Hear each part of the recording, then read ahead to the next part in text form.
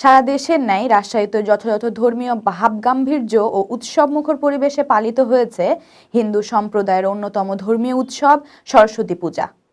বিদ্যার দেবী সরস্বতীর আরাধনায় রাজশাহীর বিভিন্ন মন্দির, শিক্ষা প্রতিষ্ঠান ও পূজা মণ্ডপে ছিল ব্যাপক আয়োজন।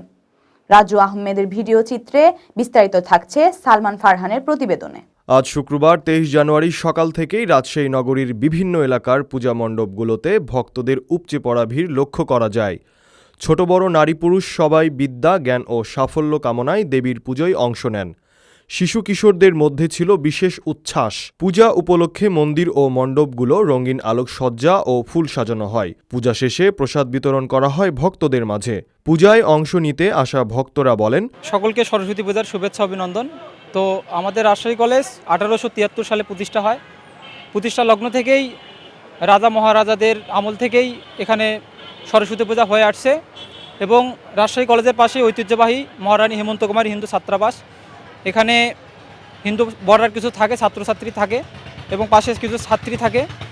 তো উভয়ের সম্মিলনে এখানে এবং রাজশাহী কলেজের যারা বাইরের হোস্টেলে থাকে সবাইকে নিয়ে প্রত্যেক বছরেই সরস্বতী পূজা উদযাপন হয় এবং রাজশাহী কলেজ হেমন্ত কুমারী হিন্দু ছাত্রাবাসের উপাসনালয়ে এখানে সকলের সমবেত স্বরে এখানে মন্ত্র উচ্চারণ করা হয়, বৈদিক মন্ত্র উচ্চারণ করা হয়, মায়ের চরণে পুষ্পাঞ্জলি অর্জন করা হয় এবং পরিশেষে সকলের মাঝে মহাপ্রসাদ বিতরণ করা হয়।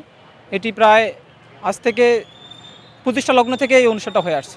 সরস্বতী হচ্ছে বিদ্যার দেবী, তিনি হচ্ছেন সকলকে বিদ্যা, জ্ঞান, বুদ্ধি দান করেন এবং সকলে যদি ঐক্যবদ্ধভাবে জ্ঞান লাভে প্রয়াসী হই তাহলে আমাদের অজ্ঞানতা, অন্ধকার দূর হবে এবং আমরা যদি সকলে জ্ঞান লাভের জন্য প্রয়াস করি তাহলে আমরা অবশ্যই আমাদের অজ্ঞান অন্ধকারকে দূর করে আমরা সঠিক দিক নির্দেশনা পাবো। এজন্য আমাদের সকলের উচিত জ্ঞান চর্চা করা, বুদ্ধি চর্চা করা, যাতে সকলে আমাদের সকলে খারাপ কাজ করার প্রবৃত্তি আছে। এই প্রবৃত্তি থেকে আমাদের দূরে থাকতে হলে অবশ্যই আমাদের জ্ঞান অর্জন করতে হবে। জ্ঞান অর্জনের কোনো বিকল্প নেই।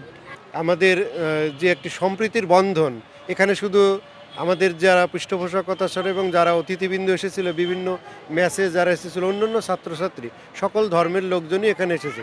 এটি আমাদের এক ধরনের একটি মিলন মেলা, আমাদের একটি হৃদ্যতার বন্ধন। এর মাধ্যমে আমাদের কোঅর্ডিনেশন হয় যাতে আমরা সকলের সাথে সম্প্রীতি, সৌহার্দ্য এবং আন্তরিক প্রীতি বর্ধিত হয়, সেই কামনা করি।